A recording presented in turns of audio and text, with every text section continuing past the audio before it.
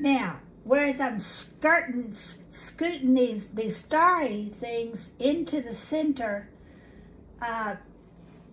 this poppy is going to have more of a swirled stroke.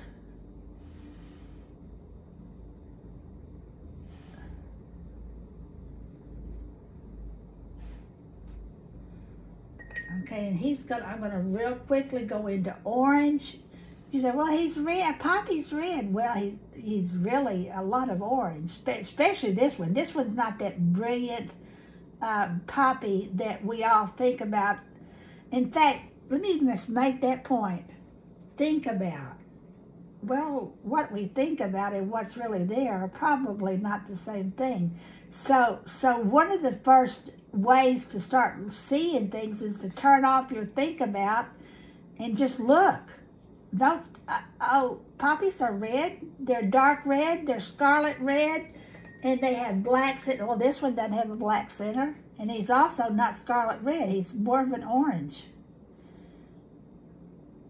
Okay, I'm going to bring some orange over here. Now, okay, squint your eyes and look at this. Compositionally, I need to repeat my yellows everywhere. Well, where on the canvas do I not? Over here, no yellow yet. So I'm going to figure out some way, maybe right here, no orange either. Right there in that petal right there. I might bring in the yellows and the oranges. But let me go on right here. Now I'm in cadmium red light. The back of the poppy is darker. He's darker in the center.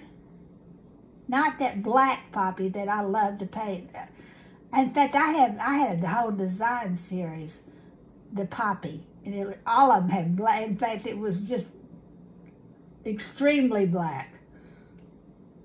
And we're not seeing that right here. I'm going to put just a tiny bit of red right there. And then right here, I'm going to make the first mark of the first indication of my center for the black-eyed Susan right there.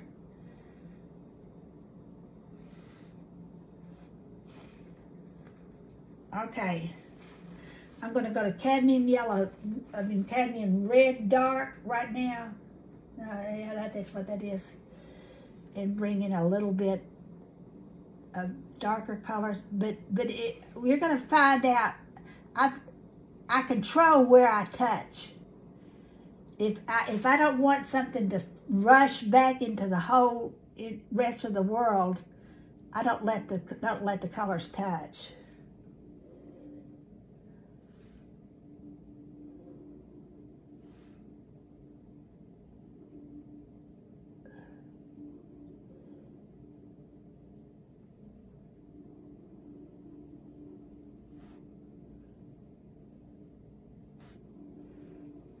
Okay, I'm going to put a little bit of this color right here.